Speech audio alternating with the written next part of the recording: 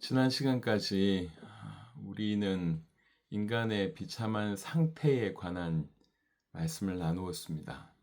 하나님 형상대로 지음받은 인간이 사단의 속임수로 범죄하게 되었고 결과 하나님께 끊어지는 일이 벌어졌습니다. 하나님과 끊어진다고 하는 것은 실로 엄청난 비극이었습니다. 그래서 하나님과 끊어지면서 하나님으로부터 오는 모든 공급이라든지 많은 것들에 대한 제한이 있게 되죠. 많은 상실을 하게 되고요. 그것만 해도 사실은 심각한데, 그러니까 자녀가 부모를 잃은 것만 해도 심각한데, 그 잃어버린 그 상태로 존재한다는 거, 그로 말미암아 벌어진 문제 또한 말로 다 할 수 없는 어려움이겠죠. 어, 하나님과 끊어진 인간은 어, 즉 다른 말로 죄에 사로잡힌 인간은 즉각 죄에 대해서 거룩한 증오를 가지고 계시는 하나님의 진노, 하나님의 분노의 대상이 됐다는 겁니다. 그러니까 하나님의 진노를 받을 수밖에 없는 존재가 되었다. 본질상 진노의 자녀라고 표현을 합니다. 하나님의 분노, 하나님의 진노는 지금도 있고 계속되고 영원할 것입니다. 그 진노가 가장 극명하게 드러나 있는 모습은 사망이라고 하는 모습입니다. 사망이 끝이 아니고 그 사망 또한 영원한 지옥을 드러내는 그 중에 하나인 거죠. 사망과 지옥의 형벌뿐만 아니라 이 땅에 있으면서도 그런 비참함의 모든 것을 경험하게 됩니다.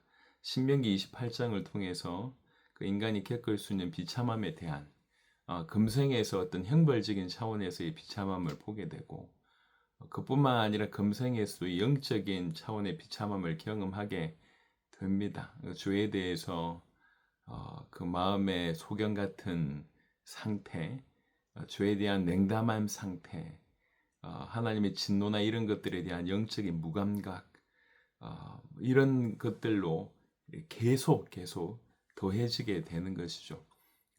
그래서 하나님께서는 내버려 두셨다. 그게 어떤 의미에서는 진노 중에 일부라고 얘기합니다. 그 심각성을 모르고 있다가 어느 날 그 중대한 돌이킬 수 없는 강력하고 영원하고 무서운 진노가 실제로 이르게 된다는 것이죠.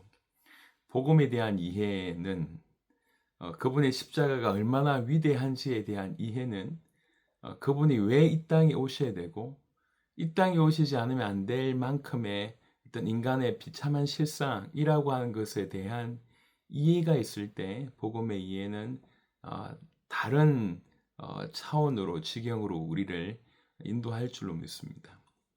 그래서 정말 하나님께서 은혜 주셔서 우리가 처한 현실, 인류가 처한 현실, 다행히 감사하게 주님의 은혜로 우리가 그 가운데 빠져나왔지만 여전히 대부분의 사람들이 처해 있는 그 현실에 눈이 열리는 은혜가 있기를 우리는 간절히 간구해야 되겠습니다. 그렇게 되면 더욱 복음에 대해서 영원토록 감사할 수밖에 없을 것이고 또 한편으로는 아직 이 복음 밖에 있는 영혼들에 대한 안타까움과 그들을 건져야 되겠다고 하는 열렬한 소망으로 불타게 되리라 생각합니다. 그런 은혜가 우리 모두에게 있었으면 좋겠습니다. 자, 이렇게 죄와 비참한 지위에 있는 이들을 향해서 하나님이 특별한 계획을 허락하셨습니다. 그게 은혜 언약이라고 하는 부분입니다. 웨스트민스터 소요리 문답 20문에는 이런 질문이 있습니다. 하나님께서 모든 사람을 죄와 비참한 지위에서 멸망하게 버려두셨습니까? 이렇게 질문합니다. 거기에 대답은 아니다. 하나님께서 다만 그의 선하신 뜻대로 어떤 자들로 하여금 영원한 생명을 얻게 하시려고 영원부터 택하시고 은혜의 언약을 세우사 구속자로 말미암아 저희를 죄와 비참한 주에서 건져내시고 구원의 자리에 이르게 하셨습니다. 라고 답합니다. 멸망하게 내버려 두셨냐? 그렇지 않다는 거예요. 하나님께서 그 인류를 건지기를 기뻐하셨다고 합니다. 그래서 기뻐하셨는데 그 중에 모든 자들이 아니라 하나님의 창세전부터 택한 자들로 하여금 영원한 생명을 얻게 하시려고 영원부터 택하셨다 이렇게 되어 있습니다. 선택한 자들, 그러니까 전 인류 중에 일부를 구원하시는 하나님의 값없이 베푸시는 사랑으로 선택된 사람들을 구원하기로 작정하셨다. 그게 성경이 얘기하고 있는 답입니다. 모든 사람을 왜 구원하시지 않느냐? 그러면 모든 사람을 사랑하시지 않는 거 아니냐? 이렇게 질문하실 수 있지만 사실은 실상은 모든 사람이 죄를 범했기 때문에 그들 중에 한 명만 구원한다고 해도 사실은 인류는 감수할 수밖에 없어야 됩니다. 그런데 그들 중에 하나님께서 선택을 하셔서 그들 중에 일부를 구원한다고 하신 것은 이게 특별한 은혜다라고 우리는 받아야 되겠고, 그 와중에 그 안에 우리가 들었다고 하는 것에 대해서는 영원히 감사할 수밖에 없습니다. 에베소 1장에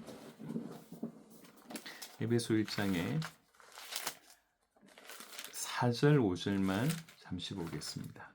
하나님의 기쁘신 뜻대로 어떤 사람들을 구원하시기로 작정하신 그 부분입니다. 에베소 1장 4절 5절 보시면 곧 창세전에 그리스도 안에서 우리를 택하사 우리로 사랑 안에서 그 앞에 거룩하고 흠이 없게 하시려고 그 기쁘신 뜻대로 우리를 예정하사 예수 그리스도로 말미암아 자기의 아들들이 되게 하셨으니. 아멘. 하나님께서 창세 전에 우리를 택하셨다고 얘기를 하고 있습니다. 데살로니가 후서 2장도 잠시 보겠습니다. 데살로니가 후서 2장 13절 보겠습니다. 데살로니가 후서 2장 13절 주께서 사랑하시는 형제들아 우리가 항상 너희에 관하여 마땅히 하나님께 감사할 것은 하나님이 처음부터 너희를 택하사 성령의 거룩하게 하심과 진리를 믿음으로 구원을 받게 하심이니. 아멘. 처음부터 너희를 택하사라고 얘기합니다. 에베소 1장에는 창세전부터 우리를 택했다고 말씀하십니다. 모두가 멸망받을 수밖에 없는데 한 번 더 기회를 주셔서 그 중에 일부를 우리 주님이 선택하셨고 구원하기로 작정하셨습니다. 이게 멸망하도록 내버려 두셨는가에 대한 답입니다. 그의 선하신 뜻대로 일부를 구원하기로 작정하셨다. 그리고 그들에게 은혜 언약을 세우셨다고 얘기합니다. 은혜 언약. 구약 성경에 말라기 바로 앞에 스가랴가 있습니다. 스가랴 9장을 잠시 보겠습니다. 스가랴 9장 11절. 스가랴 9장 11절. 은혜 언약의 어떤 근거가 되는 구절 중에 하나입니다. 스가랴 9장 11절에 또 너로 말할진대 네 언약의 피로 말미암아 내가 너 갇힌 자들을 물 없는 구덩이에서 놓았나니라고 되어 있습니다. 언약의 피로 건져내셨다라고 얘기를 하고 있습니다. 은혜 언약인 거죠. 그러니까 이 은혜 언약이라고 하는 부분들이 오늘 우리가 좀 다뤄야 될 주제입니다. 이 은혜 언약이라고 하는 것은 하나님께서 값없이 베푸시는 은혜로 그 언약을 세우셨기 때문에 은혜 언약이라고 불리워집니다. 그러니까 이 은혜 언약이라고 하는 내용을 조금 더 자세하게 보면 하나님이 우리를 구원하시기 위해서 자신의 아들을 우리 즉 죄인의 중보자로 흔쾌히 우리 하나님께서 내어주시고 또 우리를 대신한 그의 의, 그 그리스도의 의를 그분이 받아주시고 그리스도의 피로 사신 구속을 우리에게 적용하기 위해서 성령님을 보내주신 것 요까지를 다 포함합니다. 이 은혜 언약 안에 행위 언약을 주었습니다. 그 행위 언약은 죄라고 하는 것이 있기 전에 언약이었습니다. 충분히 순종할 수 있는 언약이었습니다. 근데 그 행위 언약에 인간은 실패하게 되죠. 그 행위 언약에 실패하게 돼서 모든 인간이 범죄한 가운데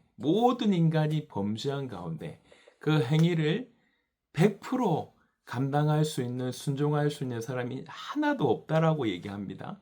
그런 가운데 하나님이 전적으로 구원받을 수 있는 기준이 전혀 없는데, 구원받을 수가 없는데 전적으로 그리스도를 보내셔서 그리스도께서 이 말씀하신 그 언약에 100% 순종하셔서 우리는 그를 믿음으로만 구원받을 수 있도록 하는 그런 모든 조치를 취하셨다고 하는 것입니다. 그런 의미로서 은혜 언약이라고 얘기합니다. 그래서 은혜 언약은 약속 언약이라고 표현하기도 하고요. 평화 언약이라고 표현하기도 하고 구속 언약이라고 표현하기도 하고 두 번째 또는 새로운 언약이라고 표현하기도 합니다.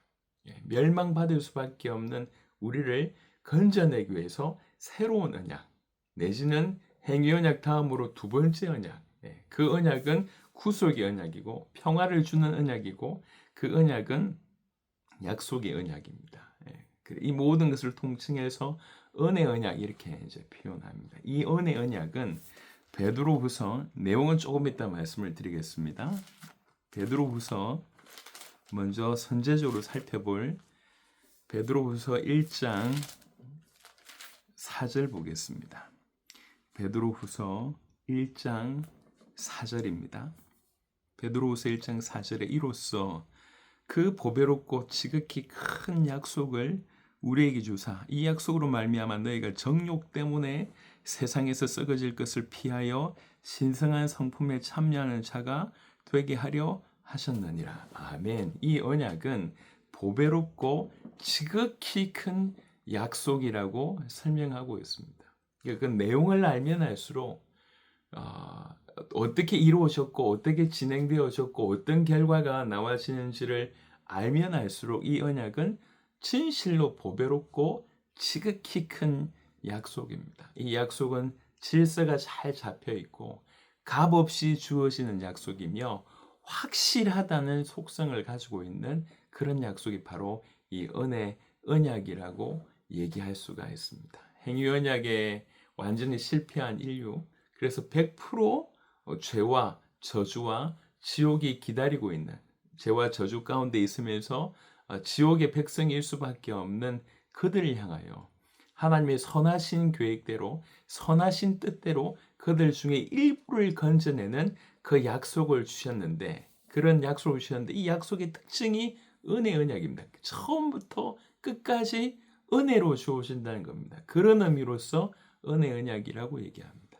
그러면 조금 더 내용을 다루기 전에 조금 더 우리가 한번 확인해 봐야 될 것은 이 은혜 언약의 당사자는 누굽니까?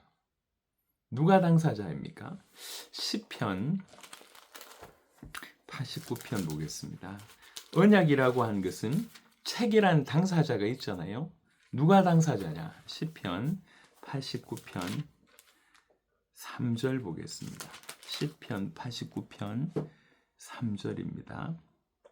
읽겠습니다. 주께서 이르시되 나는 내가 택한 자와 언약을 맺으며 내 종 다윗에게 맹세하기를, 이렇게 되어 있습니다.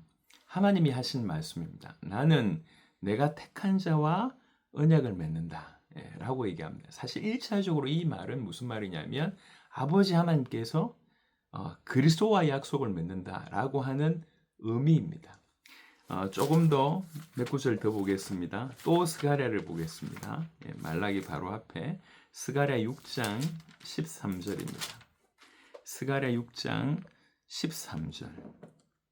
스가랴 6장 13절에 그가 여호와의 전을 건축하고 영광도 얻고 그 자리에 앉아서 다스릴 것이요 또 제사장이 자기 자리에 있으리니 이 둘 사이에 평화의 의논이 있으리라 하셨다 하고, 아버지 하나님과 그리스도께서 약속하셨다는 겁니다. 그 두 분이 언약을 체결하셨다고 성경은 얘기하고 있습니다. 갈라디아 3장도 보겠습니다. 갈라디아 3장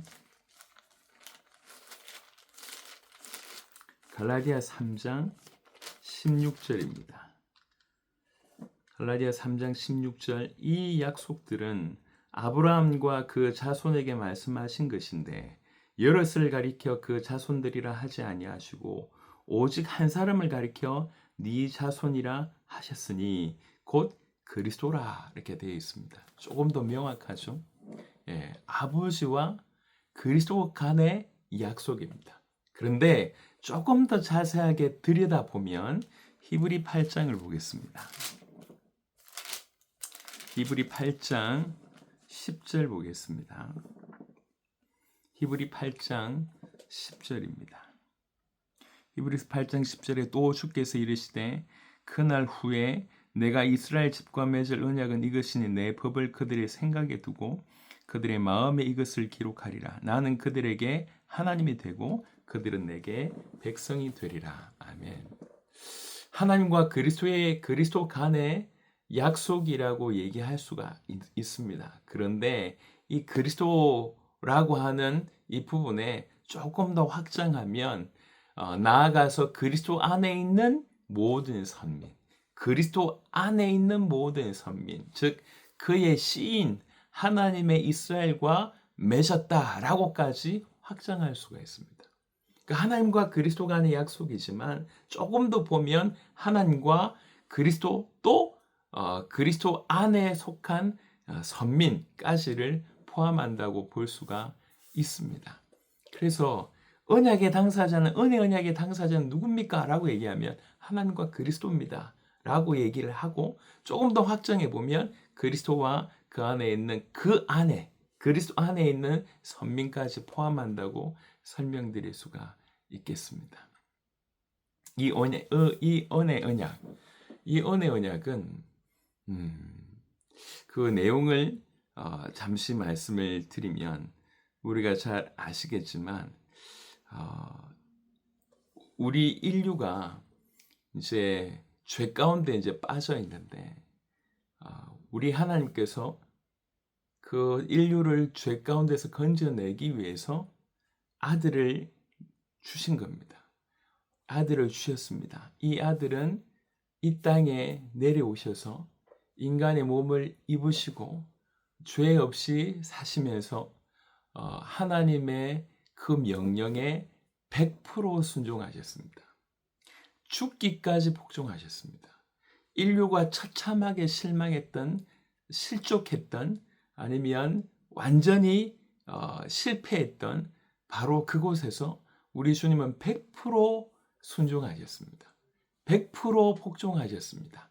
그리고 나서 인간의 모든 죄를 대신 뒤집어 쓰시고 그 몸 안에서 우리 하나님께 심판을 받으셨습니다. 모든 죄값을 다 치르셨습니다.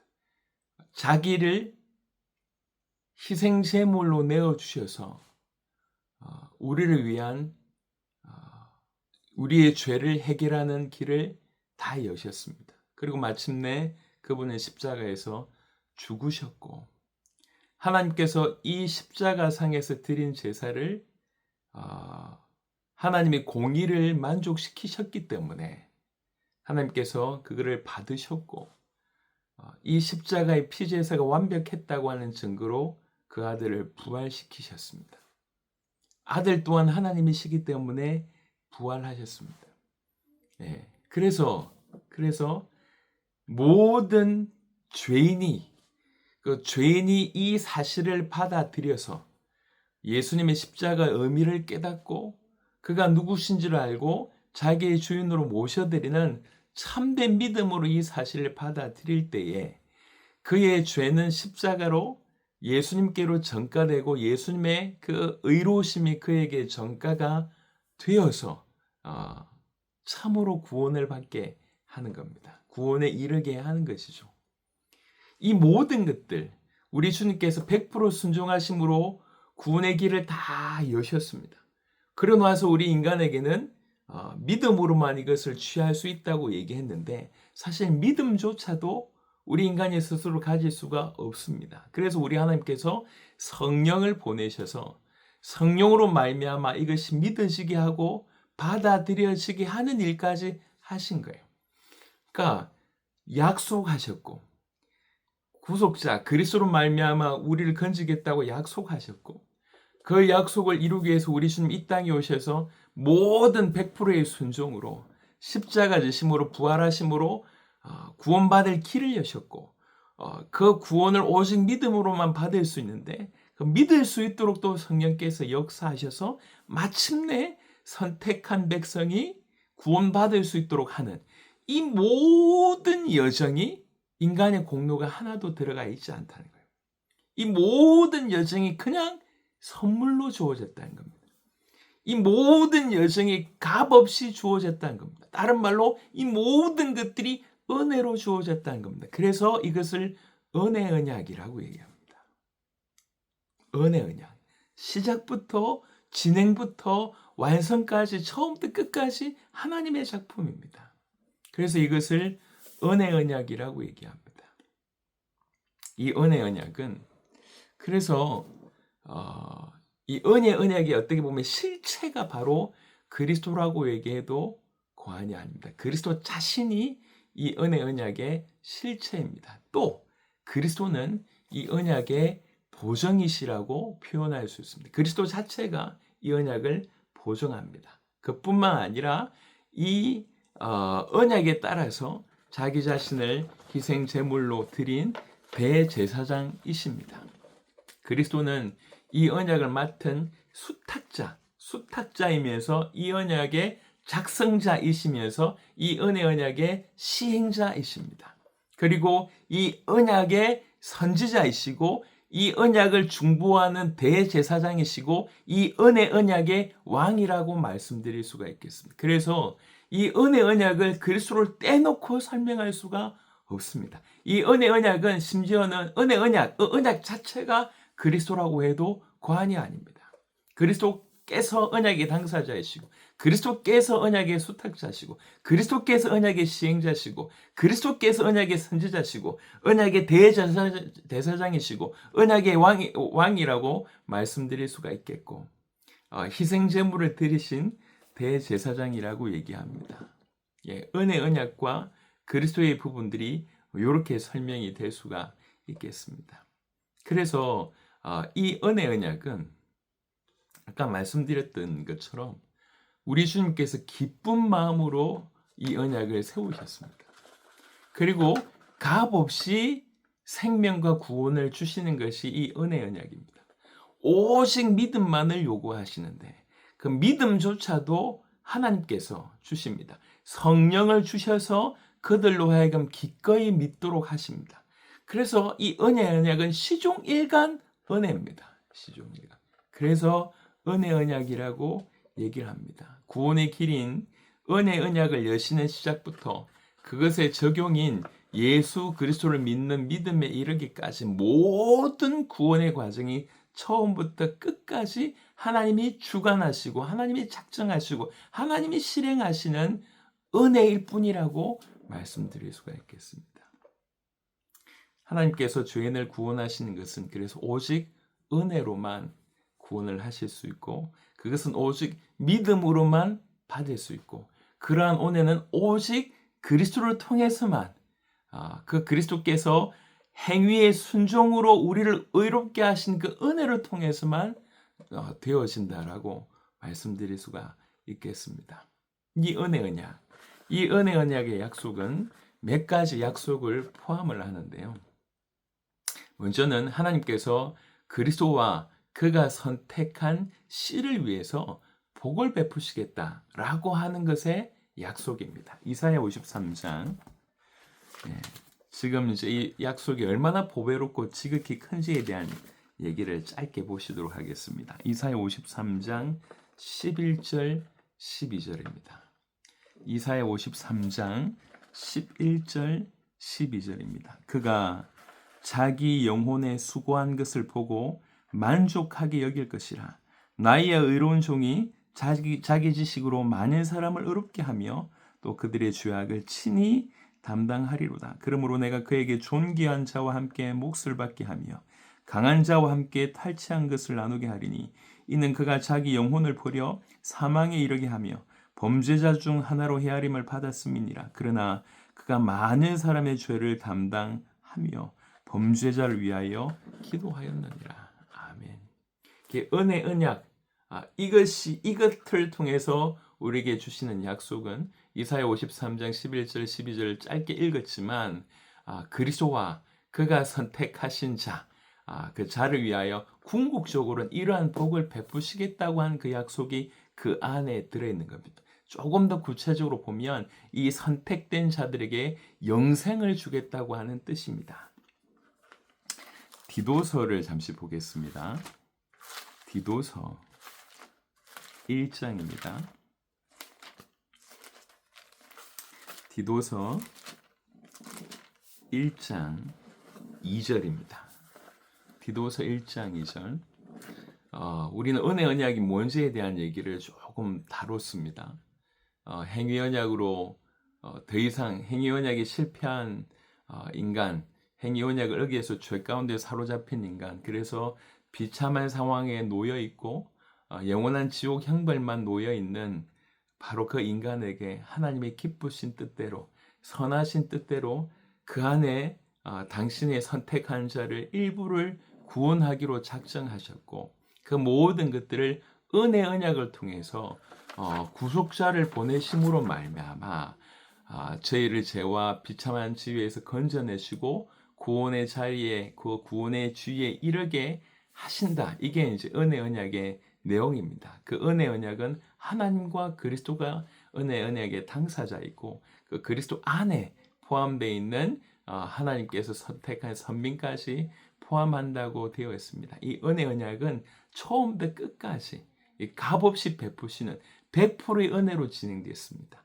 시작도 그렇고 진행도 그렇고 그것을 적용하는 그 모든 것에서 인간의 공로의 여지가 전혀 없이 100% 하나님의 은혜로 진행하셨다. 그래서 이 은혜 언약은 참으로 지극히 보배롭고 큰 것이라고 말씀을 드렸습니다.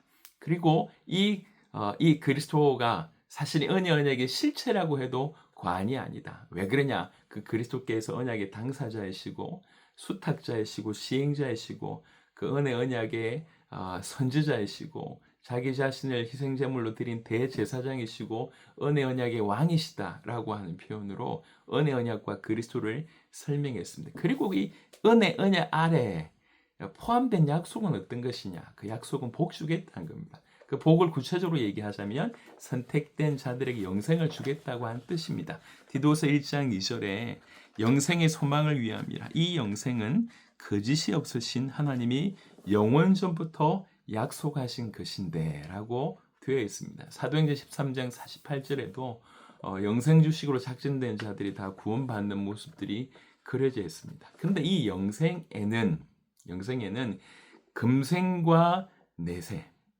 현세와 내세의 모든 진실한 행복 또는 현세의 은혜와 내세의 영화가 다 포함되어 있다.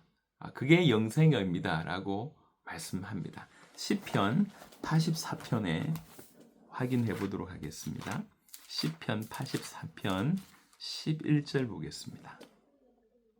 시편 84편 11절 이렇게 되어 있습니다. 여호와 하나님은 해요 방패이시라. 여호와께서 은혜와 영화를 주시며 정직하게 행하는 자에게 좋은 것을 아끼시 아니하실 것입니다. 은혜, 언약 요 안에 포함되어 있는 약속의 의미는 궁극적으로 그리스도와 그를 통해서 선택받은 자들이 복을 얻게 될 것이다 라고 하는 약속인데요.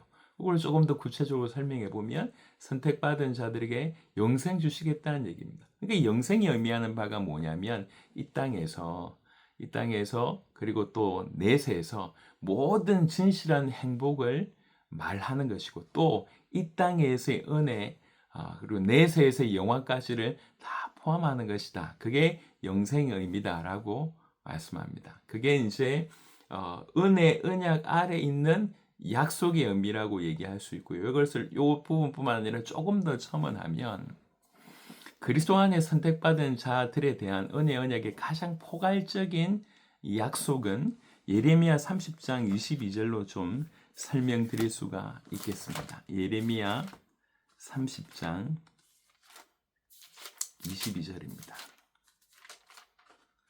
예레미야 30장 22절 제가 읽겠습니다.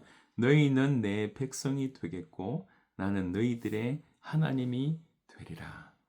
은혜 언약에서 우리에게 주시는 그 약속을 그냥 크게 설명을 하면 나는 너희의 하나님이 되고 너희는 내게 내 백성이 되리라. 요런 요 구절로 다 설명할 수가 있다는 거죠. 영생을 얻는다라고 하는 부분까지 다 함의해서 그렇게 설명할 수가 있다는 것입니다. 하나님이 우리 하나님이 되신다고 하는 것은 하나님께서 구원받은 자들의 영원한 분깃이 된다라고 하는 뜻입니다. 그 하나님의 완전함이 그들의 이익을 위해서 행사하게 되고 하나님의 모든 사역이 그들에게, 그 구원받은 자들에게 영구히 이득이 될 것이라고 하는 의미라고 합니다. 엄청난 얘기죠. 예. 하나님의 모든 완전성이 우리 이익을 위해서 행사된대요. 또 하나님의 모든 사역이 우리에게 영구히 이득이 된답니다. 내가 너희의 하나님이 된다라고 하는 의미가 이렇다는 거예요. 그러니까 지구상에 가장 능력 있고 경제 있고 힘 있는 사람이 우리를 양자서 함께 됐을 때 무슨 일이 벌어지겠습니까? 그런 의미라는 얘기예요. 내가 너 하나님이 된다라고 하는 얘기고 또 너희는 내 백성이 된다고 하는 것은 하나님의 백성으로서 가져야 할 어떤 그런 품위에 합당한 모든 은혜와 영화가 그들에게 주어질 것이라고 하는 그런 뜻입니다. 우리 힘으로 이렇게 된다는 얘기가 아니라 하나님 그렇게 되게 하겠다는 것이죠. 거지에 지나지 않는 자가 갑자기 일약 왕자로 입양이 됐을 때 그 왕자로서 지낼 수 있는 모든 부분들을 갖출 수 있도록 돕지 않습니까? 그런 일이 벌어진다고 하는 것입니다. 그래서 언약 이 안에 있는 약속이 사실은 이 정도로 풍성합니다. 아까 말씀드렸던 것처럼 이 은혜 언약이라고 하는 것은 참으로 보배롭고 지극히 크고 값없이 주어지지만 너무 확실한 도무지 설명할 수 없는 그 정도의 큰 약속이라고 말씀드릴 수가 있겠습니다. 이 은혜 언약은 궁극적으로 이 목적이 뭐냐면 하나님의 영광이 그 주된 목적입니다. 하나님이 영광 받으시는 것이 이 은혜 언약의 주된 목적이고 또 그 다음은 선택된 죄인들을 그 죄와 그 비참한 지위에서 건져내서 구원의 지위에 이르도록 하는 것이 두 번째 은혜 언약의 주된 목적이라고 말씀드릴 수가 있겠습니다. 오늘 은혜 언약을 다룬 것은 멸망 가운데 있는 비참한 지위 가운데 있는 그 사람들을 그냥 내버려 두셨냐? 아니라는 거죠. 하나님께서 뭔가 조치를 취했는데 그 모든 조치를 그냥 함의하는 표현으로 은혜 언약이라고 말씀드릴 수가 있겠다는 거예요. 죽을 수밖에 없는 그 인간들을 두고 창세전에 하나님과 그리스도께서 약속을 하신 것입니다. 그 언약을 체결하신 겁니다. 그리고 그 그리스도 안에 있는 우리는 바로 그 수혜자가 되는 언약의 당사자로 포함도 되고 궁극적으로 수혜자가 되는 일이 우리에게 일어났습니다. 감사한 일이죠. 다시 말씀드립니다. 우리 주님은 우리를 내버려 두시지 않고 그의 선하신 뜻대로 우리를 건지기로 작정하셨고 은혜 언약을 세우셔서 구속자로 말미암아 죄와 비참한 지혜 가운데 있는 우리를 건져내서 그 구원의 자리에 이르도록 하신다는 겁니다. 그거를 그냥 통칭해서 은혜 언약이라고 얘기를 한다는 거예요. 선택된 자들을 위해서 이런 일을 하시고 처음부터 끝까지 아버지와 그리스도께서 약속을 체결하시고 그것을 그리스도께서 진행하시고 100% 순종하시면서 구원에 이를 수 있는 모든 길, 십자가 지시고 부활하심으로 모든 길을 여시고 또 주의 성령께서 성령을 보내심으로 말미암아 우리가 그것을 믿을 수 있도록 하셔서 처음부터 끝까지 우리의 공로가 아니라 100% 하나님의 은혜로 진행된 이 은혜 언약. 그 언약은 평화 언약, 구속 언약, 두 번째 언약 또는 새로운 언약이라고 표현되기도 합니다. 이 언약은 참으로 보배롭고 지극히 큰 언약입니다. 그래서 이 은혜 언약과 그리스도는 뗄래야 뗄 수가 없고 그리스도를 그냥 은혜 언약의 실체라고 얘기할 수가 있고 이 약속의 당사자이며 수탁자이며 진행자이시고 시행자이시고 이 은혜 언약의 중보자이시고 선지자이시고 대제사장이시고 왕이라고 설명을 할 수가 있겠습니다. 이 은혜 언약의 약속에는 궁극적으로 우리에게 복을 베풀겠다는 얘기인데 다른 말로 얘기하면 영생을 주겠다고 하는 것입니다. 그리고 또 다른 표현으로 얘기하자면 하나님이 우리 하나님이 되고 우리가 그의 백성이 된다고 하는 이런 것으로 그 은혜 언약의 약속을 조금 포괄적으로 설명을 드릴 수가 있겠습니다. 처음부터 끝까지 주님의 은혜입니다. 왜 이 언약을 주셨냐? 이 언약 주신 목적은 뭐냐? 하나님의 영광을 위한 것이에요. 그리고 두 번째는 우리를 죄와 비참한 가운데 빠진 우리를 건져내셔서 구원의 자리에 이르게 한 것이 바로 이 은혜 언약의 주된 목적이라고 볼 수가 있습니다. 그분이 기쁜 마음으로 값없이 베풀어 주신 것이 은혜 언약입니다. 그래서 조금 구속자 되시는 이제 그리스도를 하나씩 살펴보기 이전에 이미 비참한 가운데 빠져 있는 우리를 살리기 위해서 이 놀라운 은혜 언약을 준비하셨고 그걸 진행하셨고 이루셨다고 한 것에 대해서 우리는 감사할 수밖에 없습니다. 그래서 오늘 조금은 좀 어려운 내용일 수 있지만 우리에게 주어진 언약이라고 하는 것이 이토록 놀라운 은혜였다라고 하는 것들이 좀 깨달아지는 저와 여러분 되었으면 좋겠습니다. 자, 오늘도 성경의 몇몇 구절을 통해서 우리가 확인했습니다. 우리가 받은 언약. 이 모든 것이 우리에 대한 얘기거든요. 바로 우리가 이 은혜 언약의 최고의 수혜자입니다. 주님이 우리를 건져내시고 해서 이런 일을 행하셨습니다. 이 주님이 주신 은혜 언약 그리고 은혜 언약 안에 주어진 그 약속 이것들이 고스란히 우리에게 주어졌습니다. 주님 감사합니다. 우리 감사의 기도를 드리고 더 은혜 언약이라고 한 것들이 우리 가운데 조금 더 이해되어질 수 있게 하시고 이 언약의 실체가 되시는 그리스도를 더 간절히 붙잡는 우리가 되기를 기도했으면 좋겠습니다. 오늘 찾은 성경 구절들 아니면 부딪히는 여러 가지 말씀들 붙들고 한번 같이 기도하면 좋겠고요. 또 우리 교회를 위해서 기도해 주시고 당대의 세계복음을 위해서 기도해 주시고 무엇보다도 결국은 이런 상황 저런 상황 놓일 수 있지만 결국 우리와 우리 하나님의 개인적인 관계만큼 중요한 건 없는 것 같습니다. 또 우리 자신만큼 중요한 건 없는 것 같습니다. 우리 자신이 하나님 앞에 더욱 붙어 있을 수 있도록 우리 자신을 위해서 기도하면 좋겠습니다. 한 10여 분 정도 간절히 기도하고 그 다음에 제가 기도하고 축도함으로 예배를 마치도록 하겠습니다. 기도하겠습니다.